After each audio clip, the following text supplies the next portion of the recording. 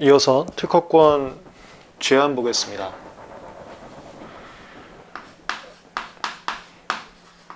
특허를 받으면 실시권과 배타권이 발생을 합니다.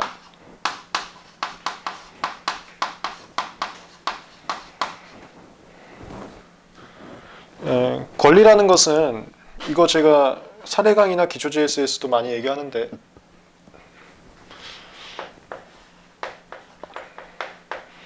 특허법에서 등장하는 권리는 범위 대가로 그 내용이 정리가 됩니다. 이걸 권리의 내용이라고 하는데 범위는 지역, 기간, 내용으로 또 나뉘고 이렇게 했을 때 특허권 같은 경우는 지역은 대한민국 전체, 기간은 출원부터 20년, 설정료는 후 출원부터 20년, 내용은 이거 2조 3호 얘기하는 거예요. 그다음 대가는 특허료, 방금 배웠던 거죠. 이렇게 되고 이 범위와 대가 중에서 이 범위에 대해서 실시권이 인정되고 배타권도 인정되는 게 특허권입니다. 하지만 제한이 걸리는 게 이제 시험 문제 나오죠. 실시권 제한은 첫 번째가 94조 1항인가요? 전용 실시권 설정하게 되면 특허권자도 실시할 수 없습니다. 이게 57의 기출문제입니다.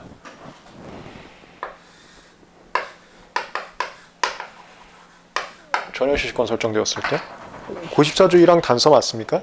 중훈이?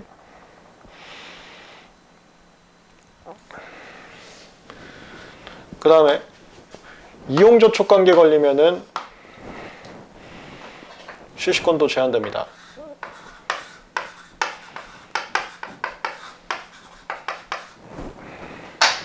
얘는 전용 실시권이 있을 때.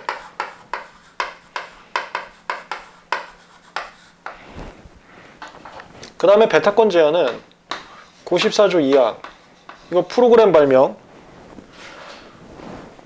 프로그램 발명에 대해서는 악의 청약에 한해서만 배타권이 미치고 선의의 청약에 대해서는 효력이 제한됩니다. 그리고 95조 허가 등에 따라서 존속기한 연장됐을 때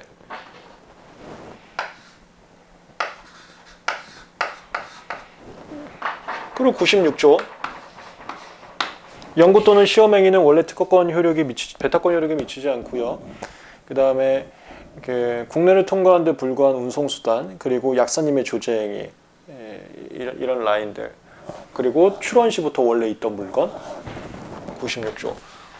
그 다음이 내가 실시권 주지도 않는데 실시권이 인정돼서 배타권을 행사할 수 없는 상황, 그게 법정과 강제 실시권.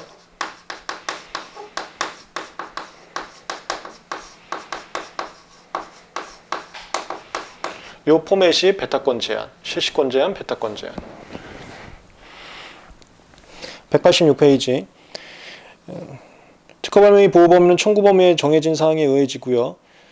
청구 범위를 해석할 때 문헌 기초로 해석한다. 그게 이거죠. 이게 문헌 범위 얘기하는 건데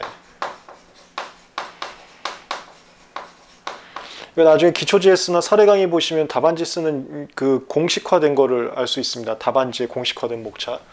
문헌 범위 시험 문제 나오면 무조건 이거 두 개 쓰는 거예요. 일단 청구항의 단어의 해석부터 갑니다. 이거 우리 1차 때 많이 했습니다. 문헌 해석해야 되고 확장이나 제한 해석은 안 된다. 그리고 이렇게 해석된 각 구성 요소들을 AER, 유기적 결합관계를 그대로 포함하고 있어야 돼요. 구성 요소 완비. 각 구성 요소와 그 구성 요소의 유기적 관계를 그대로 포함하고 있을 때 문헌 범위에 속한다라고 표현하죠. 이 문헌 범위에 속하지 않으면 그 다음 단계가 균등 범위. 지금 교재는 여기 문헌 범위 얘기를 한 겁니다.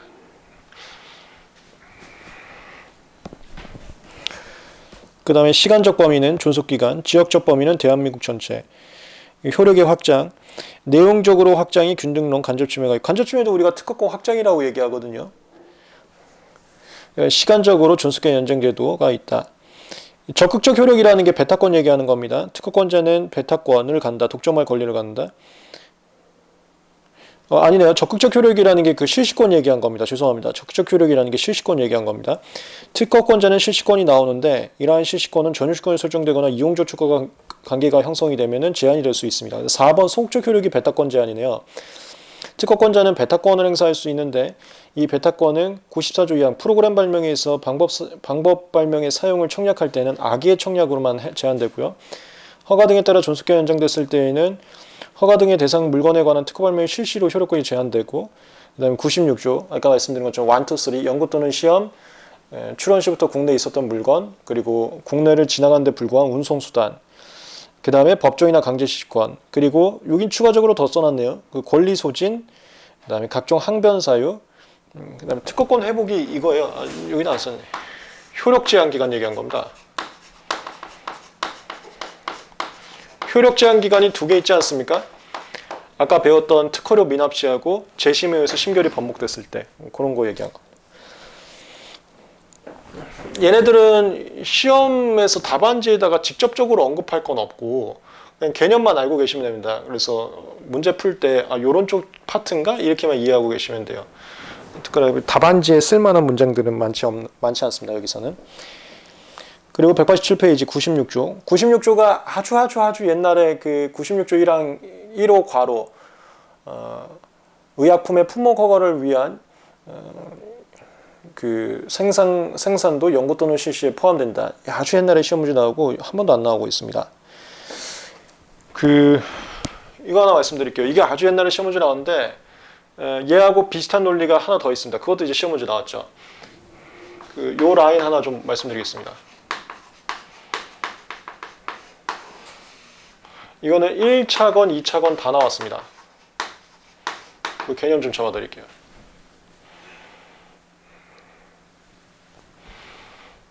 스텝 1 96조 1항 1호 특허권이라는 것은 발명을 공개시킨 대가로 주는데 발명을 왜 공개시키냐면 공개된 발명을 확인해서 중복 연구하지 말고 개량하라는 소리예요. 그 공개된 발명을 개량하려면 공개된 발명을 계속 만들어보고 사용해봐서 그것의 한계점을 분석해야 됩니다.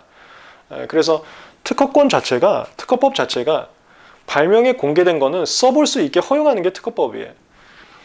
이건 특허법 목적상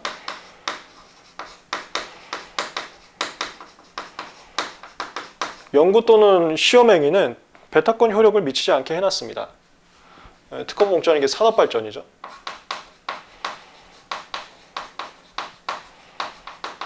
그게 공개된 발명을 계속 만들어보고 사용해봐서 부족한 점이 있으면 개량하라는 소리예요. 그래서 여기 생산과 사용은 특허권 행사를 할 수가 없습니다. 96조 1항 1호는 특허법 목적에 의해서 특허권 효력이 들어갔습니다. 근데 이제 스텝 2, 이거 2차 시험에 나왔어요. 96조 1항 1호 괄호, 이건 뭐냐 이거야. 이게 품목 허가를 위한 생산인데 품목 허가를 위한 생산은 이거는 개량을 위한 것이 아니고 이거 제가 1차 때도 말씀드렸죠. 이건 모방약을 만들기 위한 허가입니다. 모방약을 만들기 위한 시험이에요. 모방약을 위한 시험입니다. 그런데도 특허권 비침해로 한 이유는 이거였어요. 여기가 이제 존속기간 만료인데 A라는 특허권 약이고요. 근데 제3자가 존속기간 만료 후에 A라는 약에 대해서 팔고 싶어서 약을 팔 때는 무조건 국가기관이 식약처한테 허락을 받아야지만 팔 수가 있습니다. 그 허락을 받는 걸 허가라고 해요. 팔기 위해서는 허가가 필요한데 존속기간이 끝나야만 허가를 받을 수 있는 행동을 한다 보니까 허가 받을 때는 이걸 해야 돼요. 대량으로 만들어서 대량 생산해갖고 그 품질의 균일성을 식약처한테 허락받아야 됩니다. 그러니까 대량 생산을 해야 돼요.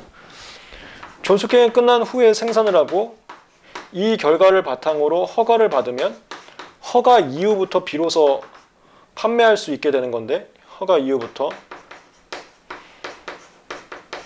그러면 이 판매가 있기 전까지 요 라인 생산해서 허가받는 과정 이게 부당한 존속기간의 연장으로 봤습니다.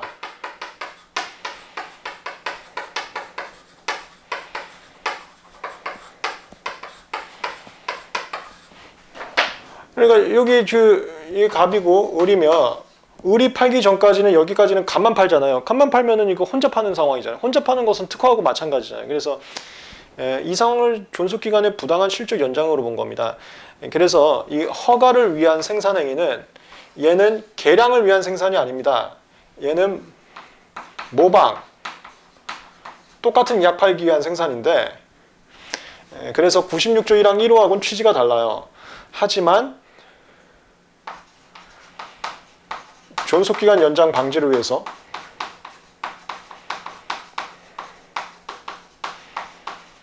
허가를 위한 생산행위도 연구 또는 시험에 포함시켜서 특허권 효력에 미치지 않게 했습니다. 그래서 존속기간 전에 A를 생산해서 미리 허가를 받고 존속기간 끝나자마자 팔 수 있게 그렇게 했어요. 정리하면 96조 1항 1호는 특허법 목적을 위해서 연구 또는 시험은 특허권 효력을 제한한 거고 96조 1항 괄호는 얘는 존속기간 연장 방지를 위해서 특허권 효력을 제한한 겁니다. 그 다음에 이거야. 이것도 1차나 2차나 다 나왔습니다. 우리 1차 때도 했죠. 스텝 3.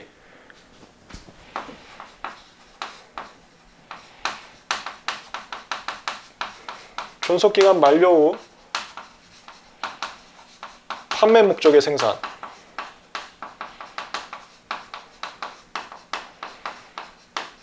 얘 어떻게 취급할 거냐. 이 갑이 A 특허권을 갖고 있는데 여기가 존속기간 만료예요.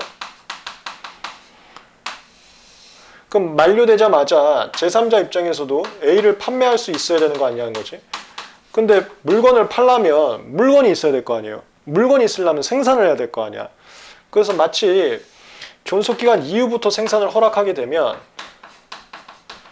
생산하는 물리적 시간 동안 팔질 못했고 파는 것은 무조건 그 후가 될 건데 그러면 이게 생산 기간 동안 얘 존속기간 연장 아니냐 이거야.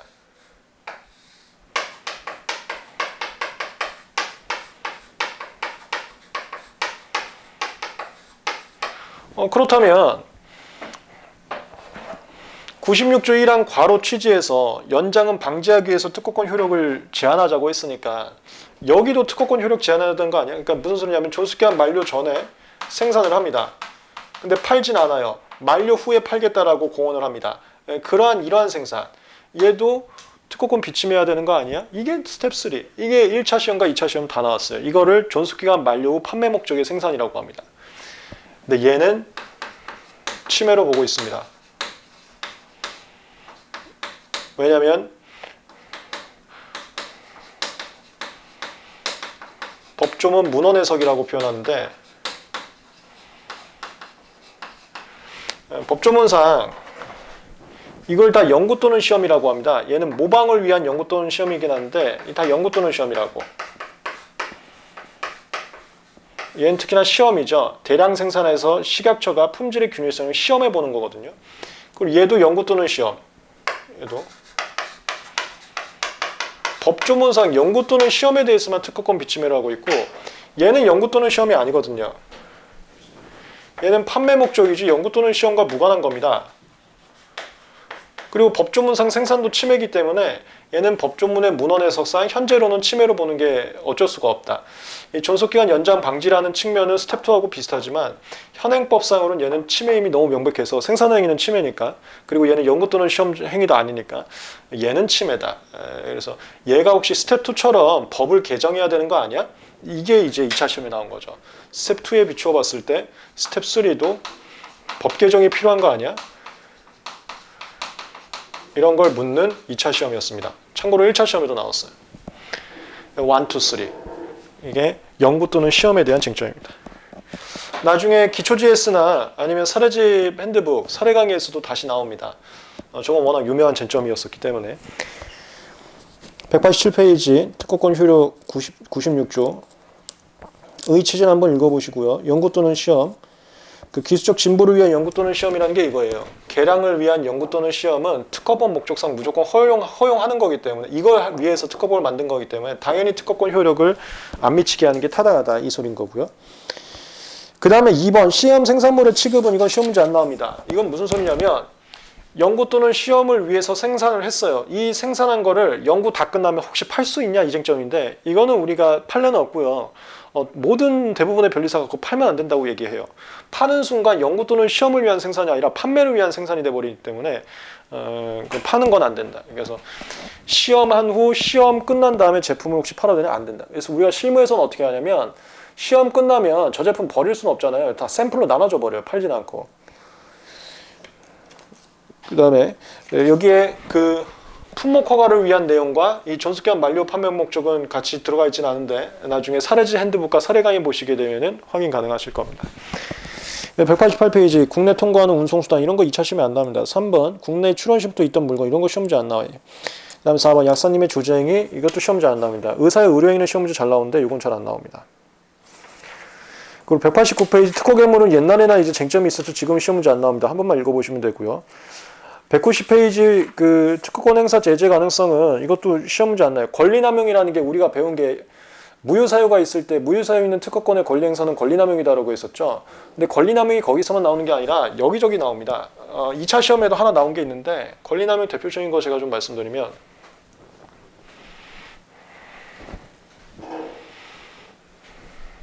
죄송한데 여기가 비어있으니 여기로 할게요. 지금 2차 시험에 나온 대표적인 권리남용이 이건 맨날 시험 문제 나옵니다. 1차 시험에도 맨날 나오고 2차 시험에도 맨날 나오고 특허에 무효사유가 있을 때 이거 항상 시험 문제 나온다고 보시면 돼요. 그 다음에 두 번째가 삼성애플 판례에 나왔습니다. 그게 권리의 부당한 행사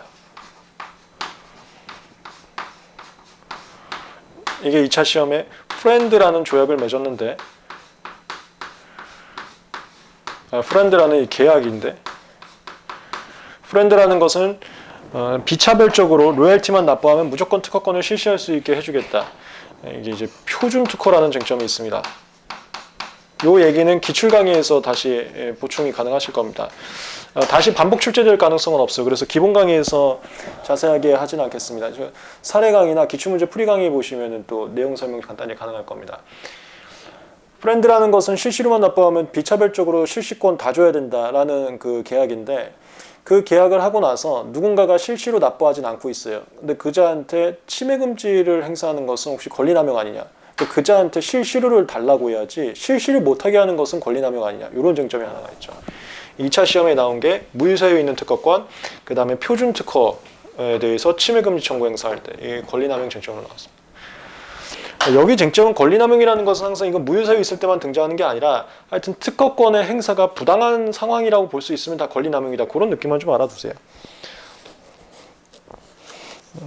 이건 간단히만 읽어보세요. 얘는 사실